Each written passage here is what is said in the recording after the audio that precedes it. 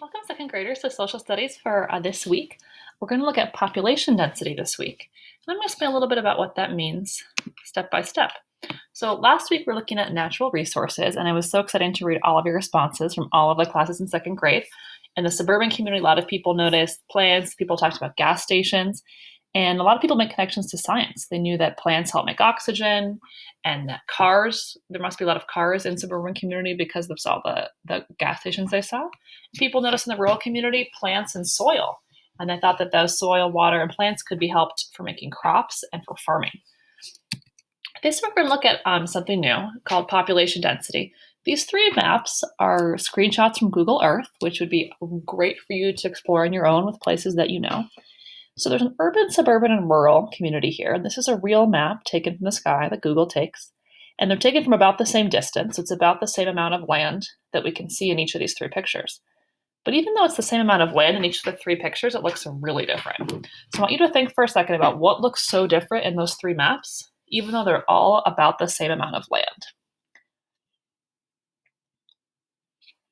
So when you've thought about that, we'll talk about one thing, I'm gonna go back, that's really different is the buildings. I can't see people in these maps, but I know Brooklyn because that's where I live. I know that each of those little bits are houses and apartments. And here they look a lot more spread out. There's little green spaces between houses, little parks, little roads. And here the buildings where people must live are way spread out. So how things are spread out is called population density. So population is the number of people.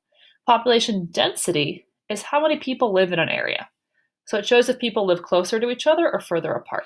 You can see these little dots. More dense is when things are really close to each other, and less dense is when things are separated. So dense is close together and less dense is spread out.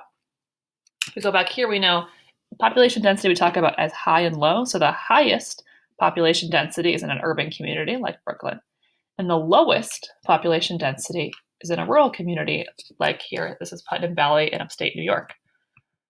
Here's a map of New York State. And this is another way of showing population density. Here's the key of this map, and it shows that the communities that have the lightest color, there are less people living in that space. Those are some of the parts of upstate where there's less people per area. And then it goes to a dark red and to a black, or where there's a lot of people living in one space. So New York City, where we live, is the highest population density because a lot of people live in a small space. Some of the cities upstate, Albany, Syracuse, Utica, Rochester, Buffalo, they're darker than around them because more people live there in that space, but they're not quite as dense as New York City. So that's a little bit about population density. Your job today is to think about how does population density make each community unique? And that's the page you'll be looking at on your own. You want to think about what's unique about it, the natural resources. You can think about when population density is high, when people are packed living close together, or when people are living far apart, what kind of activities or entertainment are available? What kind of jobs might people have? What are the buildings like? And what's transportation like?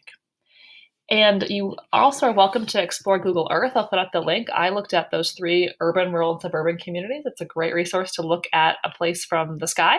And you can put in any place that you know or you've been to or you've heard of. Might be a great resource to explore. Okay, take care, second graders.